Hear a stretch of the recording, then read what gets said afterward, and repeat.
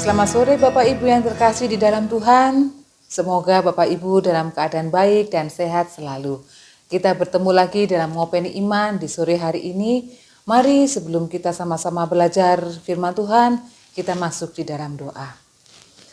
Terima kasih Tuhan Yesus untuk penyertaan-Mu di dalam kehidupan kami. Hingga di sore hari ini kami Jemaat GKI Sepanjang bisa bertemu kembali dalam Ngopeni Iman. Tuhan, kami ingin belajar tentang firman Tuhan. Berikanlah kepada kami masing-masing hikmat, pengertian untuk bisa mengerti firman-Mu dan melakukannya di dalam kehidupan kami hari lepas hari. Berfirmanlah ya Tuhan, kami telah siap untuk mendengarkan. Di dalam nama Tuhan Yesus kami berdoa. Haleluya, amin. Firman Tuhan pada sore hari ini terambil dari Kisah Para Rasul 11 ayat 1 sampai 18. Rasul-rasul dan saudara-saudara di Yudea mendengar bahwa bangsa-bangsa lain juga menerima firman Allah. Ketika Petrus tiba di Yerusalem, orang-orang dari golongan yang bersunat berselisih pendapat dengan dia. Kata mereka, "Engkau telah masuk ke rumah orang-orang yang tidak bersunat dan makan bersama-sama dengan mereka."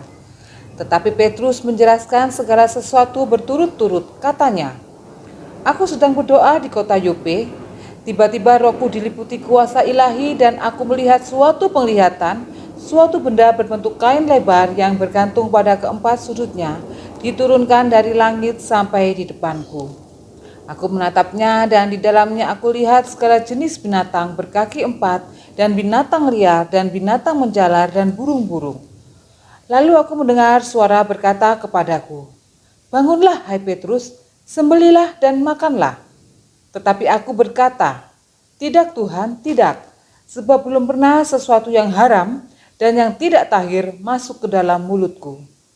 Akan tetapi untuk kedua kalinya suara dari surga berkata kepadaku, 'Apa yang dikatakan halal oleh Allah, tidak boleh engkau nyatakan haram.' Hal itu terjadi sampai 3 kali. Lalu semuanya ditarik kembali ke langit. Dan seketika itu juga 3 orang berdiri di depan rumah, di mana kami menumpang. Mereka diutus kepadaku dari Kaisarea. Lalu kata Roh kepadaku, 'Pergi bersama mereka dengan tidak bimbang.' Dan 6 saudara ini menyertai aku, kami masuk ke dalam rumah orang itu.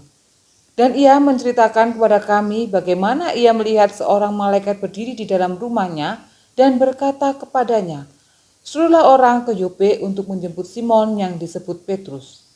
Ia akan menyampaikan suatu berita kepada kamu yang akan mendatangkan keselamatan bagimu dan bagi seluruh isi rumahmu.' Dan ketika aku mulai berbicara, turunlah Roh Kudus ke atas mereka, sama seperti dahulu ke atas kita. Maka teringatlah aku akan perkataan Tuhan. Yohanes membaptis dengan air, tetapi kamu akan dibaptis dengan Roh Kudus. Jadi jika Allah memberikan karunia-Nya kepada mereka sama seperti kepada kita pada waktu kita mulai percaya kepada Yesus Kristus, bagaimanakah mungkin aku mencegah Dia?" Ketika mereka mendengar hal itu, mereka menjadi tenang, lalu memuliakan Allah, katanya. Jadi kepada bangsa-bangsa lain juga Allah mengaruniakan pertobatan yang memimpin kepada hidup.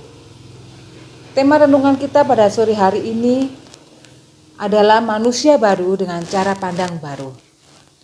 Bapak Ibu yang terkasih di dalam Tuhan, manusia baru dalam Kristus itu adalah manusia yang telah mengalami pencerahan, spiritualitas yang dikerjakan oleh Roh Kudus, dan disertai oleh cara pandang yang baru, semangat yang baru, dan memandang segala sesuatu dengan konsep yang baru, konsep sebagai orang yang sudah mengenal Tuhan.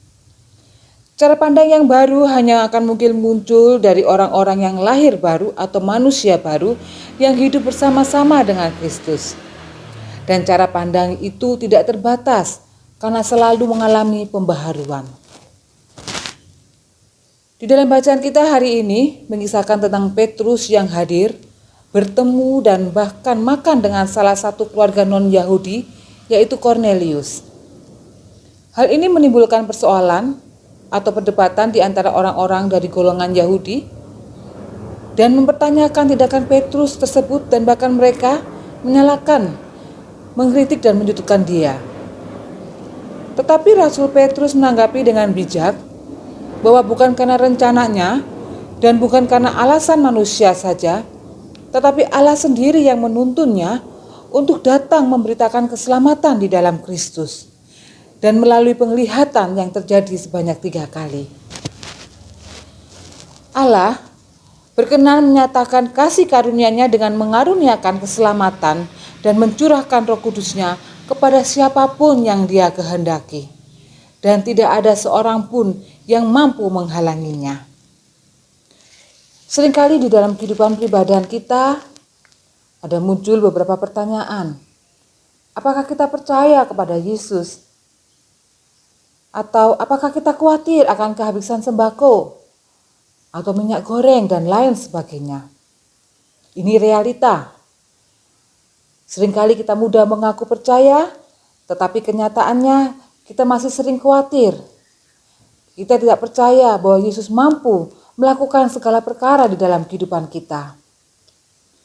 Apa yang kita ucapkan dengan semangat yang tinggi dan berapi-api tidak sejalan dengan sikap kehidupan kita sehari-hari.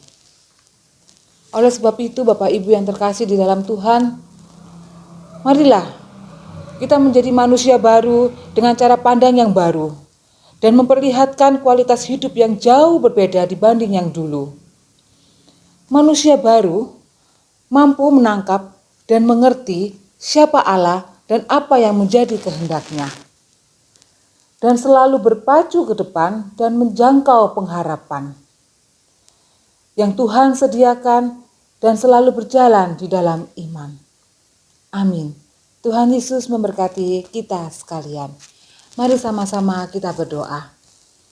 Terima kasih Tuhan Yesus untuk firman yang telah Engkau berikan kepada kami pada sore hari ini.